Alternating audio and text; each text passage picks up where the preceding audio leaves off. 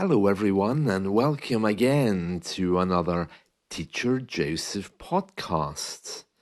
Well, Easter is just around the corner, and that means Easter eggs and Easter cards. British people, we send cards for everything.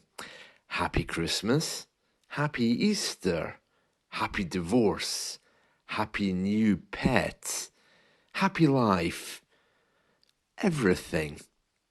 So I have to get my Easter cards ready to send to my friends and family.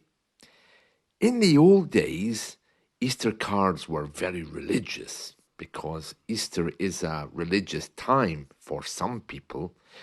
But these days, Easter is simply a secular celebration. We send a little card just to let people know that we are thinking about them.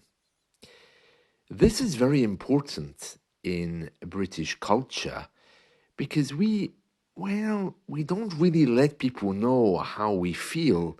We are rather stiff. We don't really feel it's appropriate to hold hands or to kiss people in public. Some people do, but when they do it, either they've been on a night out, or they have some alcohol, or maybe they're just a little bit tired. But generally, in society, we are a little bit stiff. So, sending cards is a way of saying, I appreciate you. And that's why cards are so important for us. On every corner in the English world, you'll find a card store for something. And whenever you're walking in the streets, have a look around. You'll be surprised at the variety of cards. Well, I'm going to write my Easter cards today, and I'm going to get them posted. One problem of sending cards these days is the cost, because it used to be that the cost of sending a letter or a card was very, very cheap.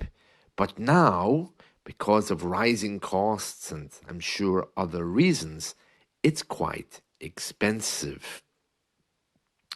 I don't mind though, because sending cards is very important to let people know that I'm thinking about them. So that's very, very important. I'm not sure if you send Easter cards in your culture, but for us, Easter cards are something that we kind of have to do. Having said all of that, the Easter card tradition has almost died out because of secularism. It's easier just to send a text message. So I would say not so many British people now send Easter cards, but Christmas cards remain very, very popular. Sometimes I think that my life is a never-ending stream of card sending. For example, this year already, I've had to send Christmas cards, birthday cards, St. Patrick's Day cards, and even one Happy Divorce card. It seems a little bit strange, but the Americans are worse than we are. They send cards and flowers for everything they can think of.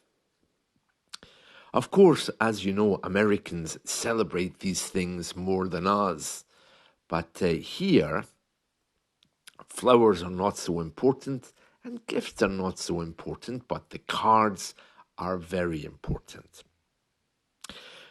When it comes to Christmas cards, I have a little book. And every year, when I receive a card, I write down the person's name and I put a little tick in the box to show I've received a card. And if I don't receive a card for 2 years in a row, then I stop sending cards to that person.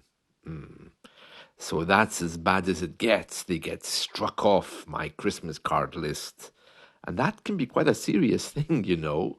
It speaks, it says that the person really doesn't care about you. I know that young people prefer WhatsApp messages, but I still like the idea of making and sending cards.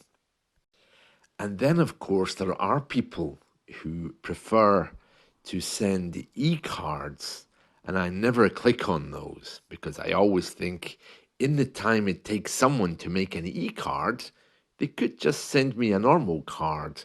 E-cards are just a little bit lazy. I would rather prefer an email or a text to say hello, how are you, than a meaningless card which comes from the internet. My first preference, though, is still a real card. Well, that's it from me. So I wanted to introduce you to the world of cards in the English speaking world. See you. Bye.